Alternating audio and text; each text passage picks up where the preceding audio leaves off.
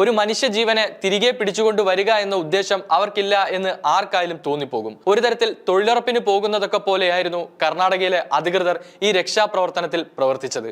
കേവലം ഒരു ഡ്രൈവറുടെ ജീവന് വേണ്ടിയൊന്നും ഒരു രാത്രി ഉറക്കമൊഴിച്ച ശീലമൊന്നും അവർക്കില്ല എന്നതാണ് ഈ വിഷയത്തിൽ കൂടുതൽ കാര്യങ്ങളിലേക്ക് കടക്കുമ്പോൾ നമുക്ക് മനസ്സിലാവുന്നത്. അതിനുദാഹരണമാണ് അർജുനൊപ്പം ഈ അപകടത്തിൽപ്പെട്ട മറ്റു കർണാടക സ്വദേശികളുടെ അവസ്ഥ.